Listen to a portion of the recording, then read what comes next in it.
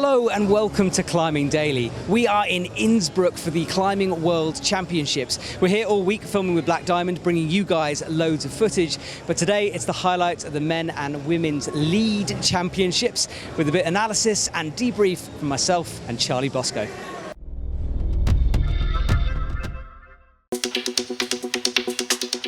Every 2 years, the IFSC World Championships dominate the headlines. And it was time for the mountain city of Innsbruck in Austria to host the event. The best climbers in the world gathered at the Olympia World Arena to compete in lead, speed, bouldering and combined formats. This weekend, it was the turn of the lead climbers to put on a show on the specially built wave-style lead wall that dominated the arena. In the women's comp, the battle for a podium was incredibly tight. Due to draws in the semi-finals and separate qualifying groups, time became a deciding factor. So if two athletes topped the route with the same semi-final score, it came down to whoever did it the fastest. The women's route featured technical sequences and changes in style, testing all aspects of the athlete's fitness and skills. South Korea's Jane Kim is no stranger to World Championship podiums, having previously won silver and gold medals. Always climbing with complete control, Jane dominated the winding route, getting high up towards the head wall before a foot pop sent her off the wall, a bronze medal to add to her collection.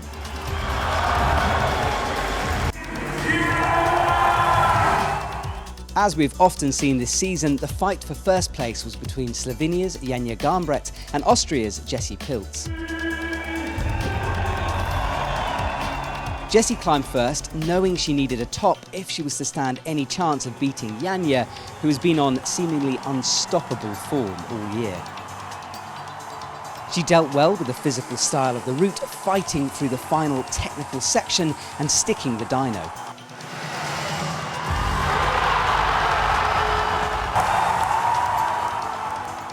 A top for Jessie, but would it be fast enough?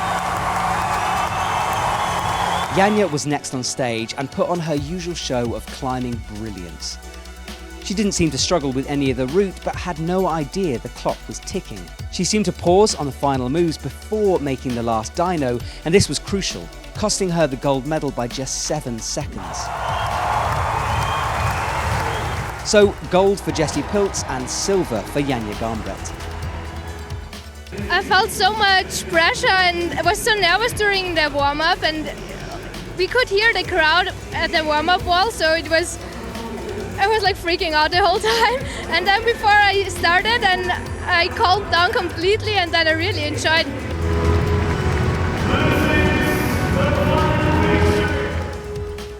Charlie, lovely to see you on Climbing Daily again. We've just literally come down from where we've been commentating the finals.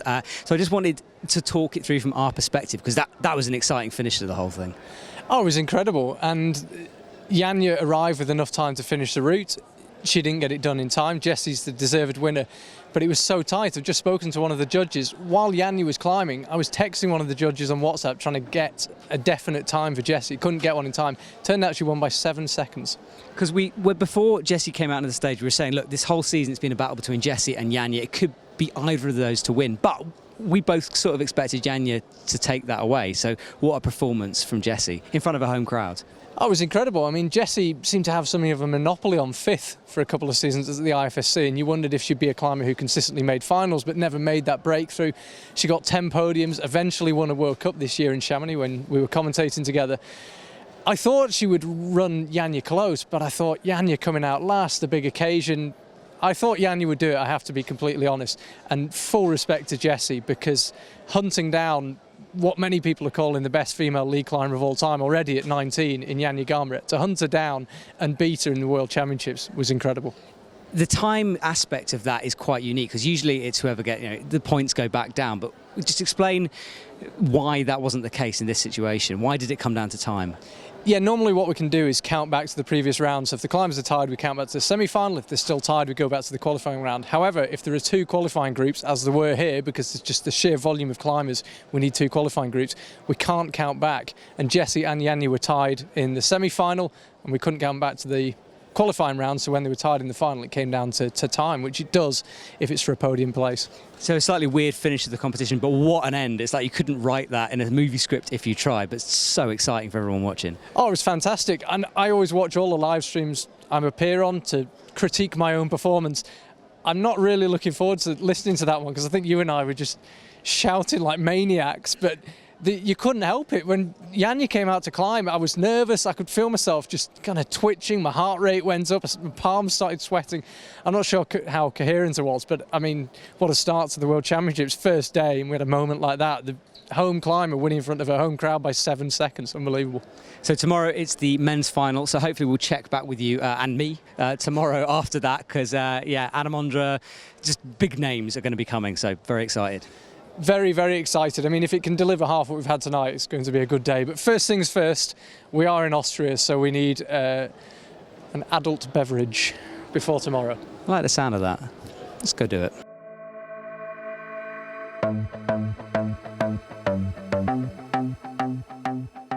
In the men's comp, everyone was waiting to see if the Czech Republic's Adam Ondra could get a hat-trick of World Championship wins. The men's route featured some big moves separated by technical sections where little mistakes would make a big difference. Germany's Alex Megos has been competing all season, getting better and better.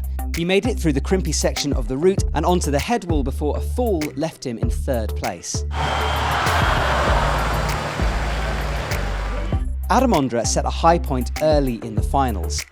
He climbed quickly through the bottom section of the route, making precise moves and finding good rests. He fell on the final head wall and was obviously annoyed with himself, knowing he'd left the door open for another athlete to take the win. Austria's Jakob Schubert was hoping to make it 2 Austrian gold medals in 2 days, and the crowd was definitely behind him. Always looking strong, he muscled his way through the route, reaching Adam's high point before falling. So, with the same score as Adam, the win was determined by count back to the semi-finals, and a delighted Jakob Schubert took the gold medal. Well, I mean, obviously I've been dreaming of this moment quite a while now. This is such an important event for me. Climbing in front of such a huge home crowd.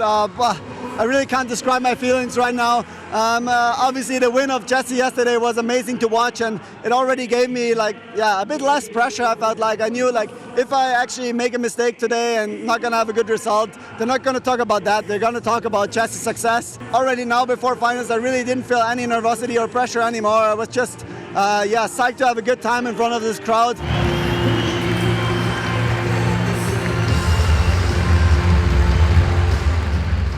So another night of incredible climbing, and Charlie, another Austrian winner as well. Did you expect that? Well, the organisers sorted it out beforehand. I knew all along. I can now reveal that was their plan. I'm only joking. Incredible. Same thing again. Austrian is the penultimate climber. Take the lead. A Slovenian still to come. Same script both nights, equally gripping, and it was fantastic tonight. Yeah, and amazing for Jakob. It's one thing for Jessie, she's Austrian, but Jakob's a Tyrolean. He's from Innsbruck. He grew up 10-minute walk from the venue. Incredible. Adam was going to be the man to beat in that competition, and we saw the second he came off high in the route, to be fair, but he was bitterly disappointed with that. He wants to win gold medals here for the World Championships. How long do you think he's going to hold this one inside him? Quite a while, I would imagine. I mean, 1995 was the last time someone had completed a hat-trick of World Championship wins, 3 in a row. That was François Legrand. He won in 91, 93 and in 95. And Adam, having won in 2014 in the lead and 16, nearly did the double again in Paris last time. He was gunning for a hat-trick of lead World Championships, which even by his standards would have been an incredible achievement. Maybe the pressure got to him, I don't know. He certainly felt like he'd made a mistake, judging by his reaction. I haven't been brave enough to speak to him and ask him yet. Well, we were looking at a podium as they were up there, a podium of Jakob Schubert, Adam Ondra and Alex Megos, some of the best competition climbers, but the best climbers in the world on that stage. It was a special thing to witness.